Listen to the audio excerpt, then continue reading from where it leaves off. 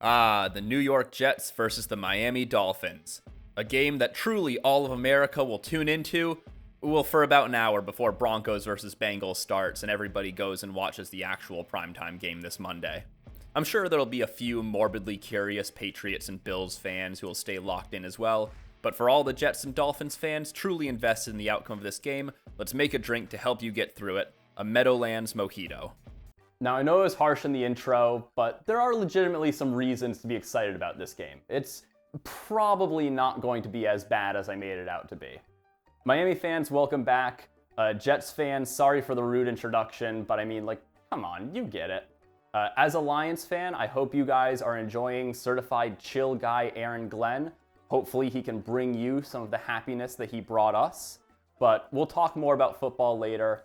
For now, let's get our minds someplace sunnier and enjoy one of Miami's favorite Cuban imports, the Mojito. Ah, the Mojito. If there's one thing I know about this cocktail, it is that it calls Cuba home. If there's a second thing I know about this cocktail, it is that it is incredible on a hot day, curing whatever ails you.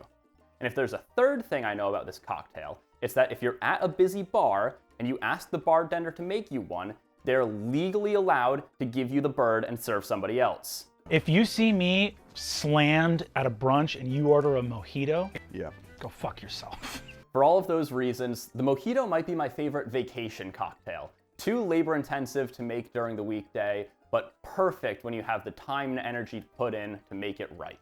Now, back to its origin. As I said before, we absolutely know that this cocktail is from Cuba. The date, on the other hand, is shakier. Some people claim it traces all the way back to 1586, others claim it to be as recent as the 1930s. The older theory traces its origins back to a medicinal cocktail named after Sir Francis Drake, which used a crude form of rum called aguardiente, sugar, lime, and mint. This Drake, or Drac, cocktail was ubiquitous in Cuba, with written evidence of it tracing all the way back to 1833. Then, when Bacardi became the sort of de facto rum of Cuba in the late 1880s, 1890s, their white rum was substituted in place of the aguardiente, creating a smoother drink that we now know as the Mojito.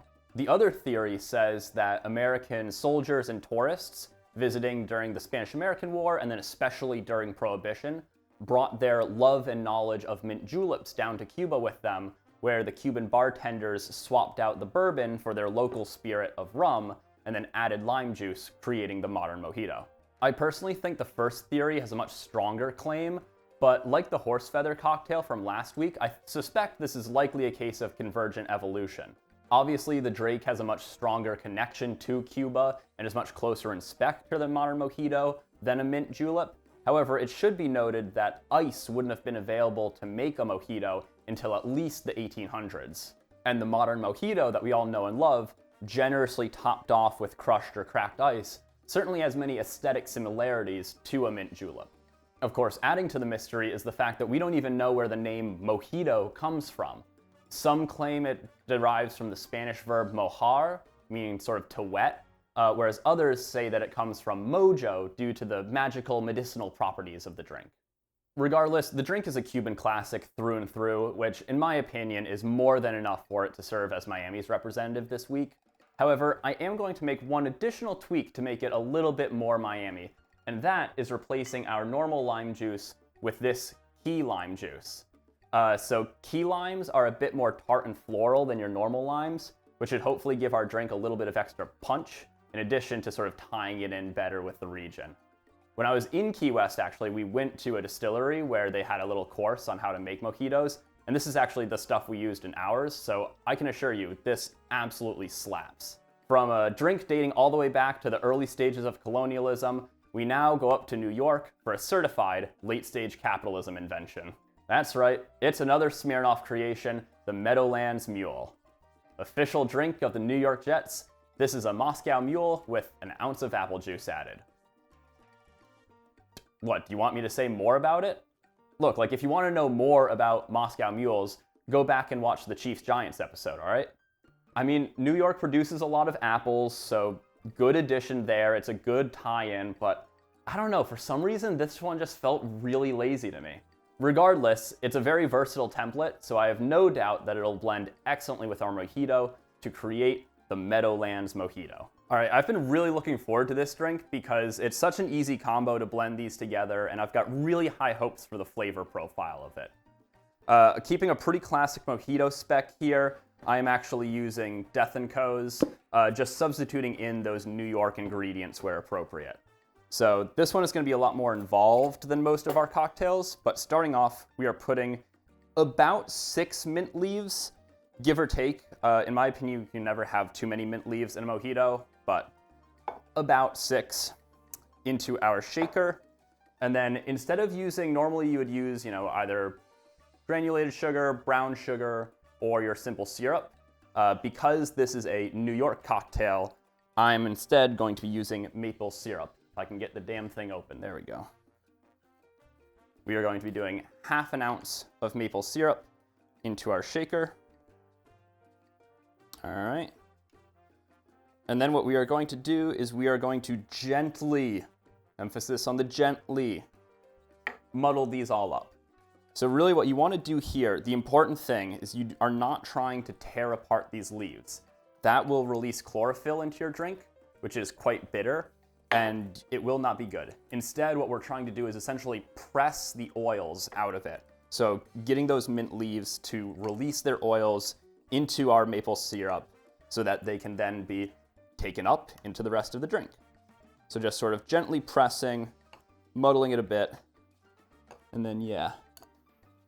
Right when it's nice and fragrant, that's the easiest way to tell. Because you're getting those oils to release, all of that, wonderful mint scent should be coming right up to your nostrils, and you'll know when you've done a good job muddling it.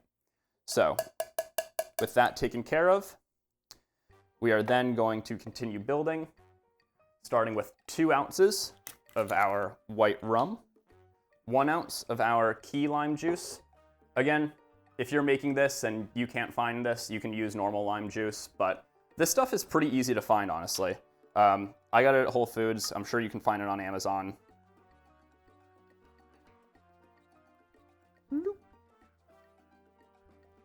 It does, if you ever had key lime pie, you know what that smells like. It smells exactly like, the limes in a key lime pie. We are going to do ½ ounce of apple juice. So some of you might be saying, that's not apple juice, that's apple cider. A lot of times in cocktails, when a recipe calls for apple juice, what it really means is apple cider. Unfiltered, non-alcoholic apple juice. Here in the US, we tend to think of this as apple cider, and then the, sort of weak stuff as apple juice. But in Europe, apple cider is the alcoholic cider, and then this is apple juice. So I chose this instead of the clear apple juice because this is going to put more apple flavor in our drink. But honestly, at the end of the day, if you're an apple juice lover and you just want to do apple juice instead, I'm sure that'll be fine. I don't think, I don't think using apple juice instead of apple cider is going to ruin this drink. And then the last little touch, bartender's ketchup. We are going to do 2 dashes of Angostura Bitters. Woo.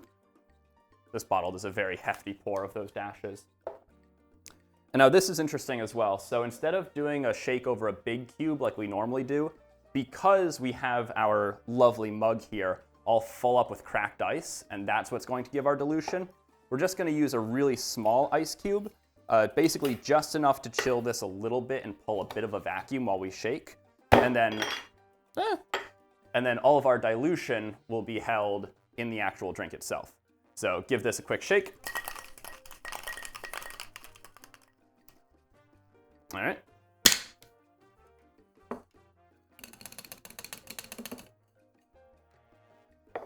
Then we are going to strain that into our mug.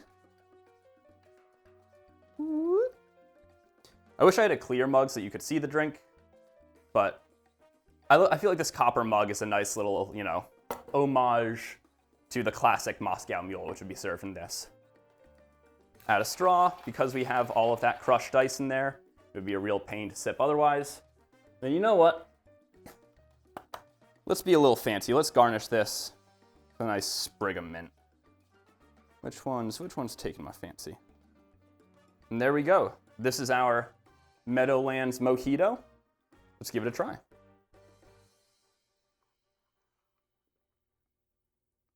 Oh, oh, yes. Oh my goodness. Oh, that is everything I wanted that to be. Okay.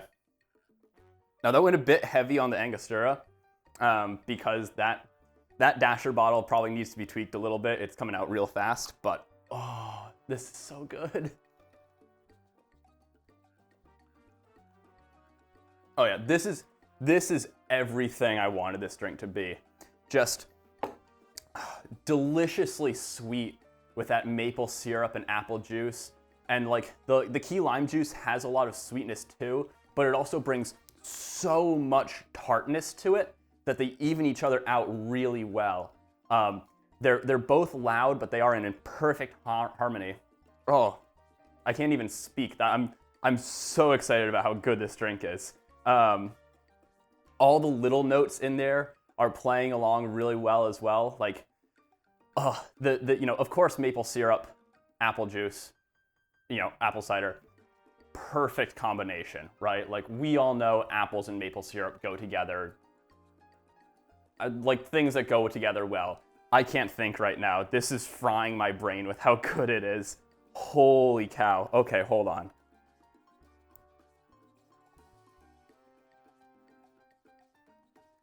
And the mint comes through in a really interesting way, because I feel like normally in a mojito, the mint is really the star, right? Like, having good mint to make a mojito is really important because it is such a focal point, right? You've got the sugar and you've got the lime, but those are really just modifiers to sort of boost, the presence of the mint. In this drink, the mint is very much playing a supporting role, but it is still a crucial supporting role. Like, the mint in this drink is like Heath Ledger as the Joker in the Batman movies.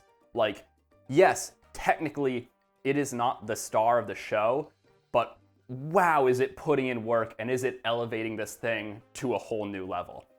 It obviously is strong on the nose, right? You go in for a sip, you smell that lovely mint wafting off of it. But then the evolution that comes in when you're drinking it, it's just like, first thing is sweet, right? Immediately, it lights up the dopamine centers in your brain because you're like, ooh, cold, sweet, this is hitting right now.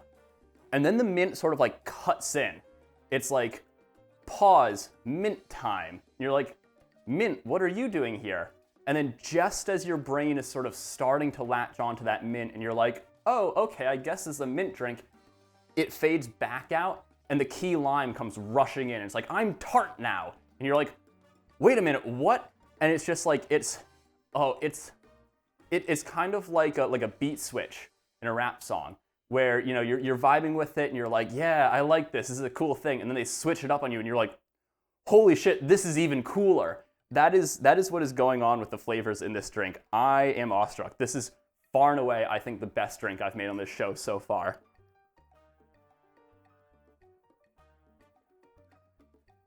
Wow, okay. I do not think this game is at all going to live up to the quality of this drink, but we'll find out in the simulation.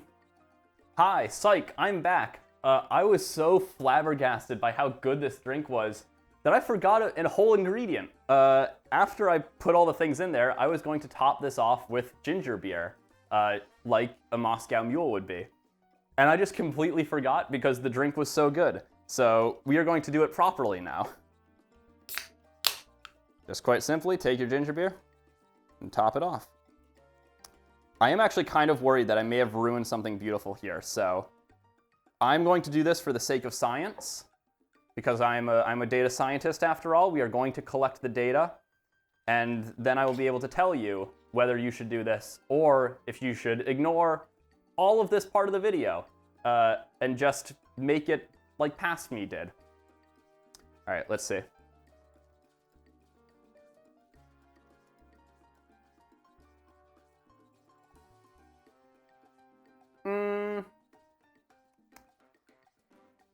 Personal preference, I would say.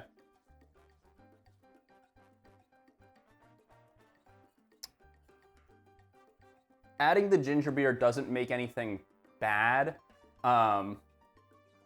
but it is just kind of like, it's just adding extra dilution, really. It's adding the ginger note, which is nice and does play well with all the other flavors. It's not causing any chaos, it's not breaking anything, but it's not really doing much of anything either. Ginger beer in this drink is like the spoiler on, a sedan, right? Like, the car is doing everything it needs to do. It is working totally fine. You put the spoiler on top of it, and you're like, aha, I've added this. And everything still runs. You haven't broken the car, but it's also not really doing anything. I think if you want to drink this right away, and you don't plan on sort of sipping it slowly, right? Well, no. Then that wouldn't work. I guess if you are looking for a way to get rid of ginger beer that you have on hand, you can certainly use it to lengthen this drink. And you will not regret it. It will give you more time to enjoy this drink. Just you will enjoy it at a lesser intensity than you would have if you didn't have the ginger beer in it. So the drink is still good. It hasn't broken anything, but it's nothing revolutionary. I would say the ginger beer in this recipe is very firmly optional. If you want extra carbonation, right? Obviously this drink isn't carbonated without it. Add it in. If you're looking to get rid of some ginger beer, add it in. Otherwise, I would say make it without and just enjoy yourself a absolutely lovely Meadowlands Mojito as we actually go to the simulations. Welcome to the battle for the AFC East basement. The Dolphins get the ball first, and in stark contrast to how their real-world games have gone, they easily march down the field, and an 8-yard scramble from Tua scores their first touchdown. The Jets, meanwhile, stay stuck on the struggle bus as they go 3 and out on their first possession. Back with Miami, you know it wouldn't be a Madden Dolphins sim without a huge Tyreek Hill play. This time, a 62-yard bomb down to the 3-yard line honestly could have been a touchdown. Speaking of, they fail to punch it in twice and go back to the air on 3rd down, with Tua finding Waddle to go up 14-0 at the end of the first quarter. Halfway through the second quarter, facing a 4th and 6 in no man's land, the Dolphins air it out, finding Hill wide open on the corner route for a 29-yard gain. However, the Jets' defense finally manages to get a stop in the red zone, holding Miami to a field goal. That stop seems to have finally woken the Jets' offense up as they make it all the way down to the 18-yard line before a sack forces them to burn their final timeout and settle for the field goal, going into half down 17-3. The Jets' offense keeps their newfound momentum rolling into the second half as Fields finds Reynolds in the back of the end zone for a 25-yard TD. Miami continues to move the ball with ease, but the Jets have dialed in their red zone defense, limiting the damage to a field goal that pushes this back to a 2-score game at the end of the third quarter. Unfortunately for New York, the Jets' offense fails to pull this game closer, and instead we're having deja vu. For a 3rd time, the Dolphins make it to the red zone, but fail to cross the goal line, settling for 3. At this point, Justin Fields decides that he's just going to run this ball all the way down the field himself, culminating in a 15-yard scramble to the 3-yard line at the 2-minute warning. It takes another 30 seconds, but Miami's cover 1 finally lets Fields scramble in the rest of the way, making this a 1-score game. With short time left and needing another possession, they go for the onside kick, but the Dolphins recover it. That sets up this pivotal 3rd and 6, where Tua finds Darren Waller of all people for a 27-yard reception to ice this game. Miami wins 23-17. You know, this is one of those games where Madden could have spit out basically any score, and I would have looked at it and gone, yeah, that looks about right. Of course, Madden absolutely loves the Dolphins, so I'm not particularly surprised that they won. Very solid game out of Tua. 268 yards isn't a particularly crazy number, but doing it on only 19 attempts and 15 completions is really efficient, and a touchdown never hurts. It's also worth noting that he went the whole game without throwing a single interception, which is more than can be said for his real-world performances at the time of recording. As for Fields, I think 11 attempts is the fewest we've seen so far for a QB, which is especially surprising because it's not like he got hurt or anything. Predictably, with only 6 completions, his output was limited to a clean 100 passing yards, but he did still manage to sneak a touchdown in there. Now, the reason he wasn't throwing the ball at all was because he decided he was now the Jets' RB1, running the ball 14 times for 89 yards and a touchdown. Those are some 2022 Justin Fields numbers right there. He's cooled off a bit with the running these past 2 seasons. As a predictable consequence, Breece Hall didn't get many opportunities, only 14 yards on 6 carries, though that's probably for the best as he fumbled on one of those 6. Similar story results-wise for the Dolphins, but with the carries swapped. Achane got 16 cracks at it, but could only manage 31 yards, while Tua turned his 7 scrambles into 67 yards and a touchdown. This is absolutely a Madden hallucination. Tua's single-game record is 38 rush yards, and over the past 3 seasons, he's totaled 70, 74, and 49 rushing yards. So yeah, basically an entire season's worth of running in one game. As Dolphins games in Madden tend to go, the receiving stats can be broken out into Tyreek Hill and then everybody else. 4 catches for 127 yards for Hill, very good game, though he did fail to find the end zone. Waddle had a much more well-rounded game, turning his 4 catches into 58 yards and 1 TD. Since Justin Fields didn't throw the damn ball, the Jets receivers couldn't really catch it, with nobody getting more than 2 receptions. Only 1 catch for Garrett Wilson. That has happened before, but it sure doesn't happen often. Over in the Monte Carlo sim, we see nearly identical passing performances from Tua and Fields, which obviously means a pretty significant upgrade for Fields and downgrade for Tua. Both of their rushing stats are at far more reasonable levels, and running backs rejoice as Achane breaks 50 yards and Hall hits 40. Tyreek Hill's stock is way down, while Wilson sees a much healthier 6.5 receptions for 55 yards. Looking at the scores, we see a roughly bimodal distribution, with a 14-14 tie and a 21-14 Jets victory both being pretty common. Mostly unrelated, but John Boy's and Alex Rubenstein's Scorigami series is going on right now, and if you're at all confused about why this distribution looks the way it does, you should go watch those videos.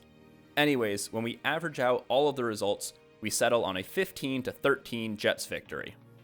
Do you agree with the simulations, or do you envision a different future? I'm looking forward to hearing your thoughts down in the comments. As a reminder, our drink for this matchup is the delicious, perfectly balanced Meadowlands Mojito. If you make it, please let me know what you think, and I'd love to hear your suggestions for what drink should be your team's representative. Stay curious, stay thirsty, and I'll see you in the next one.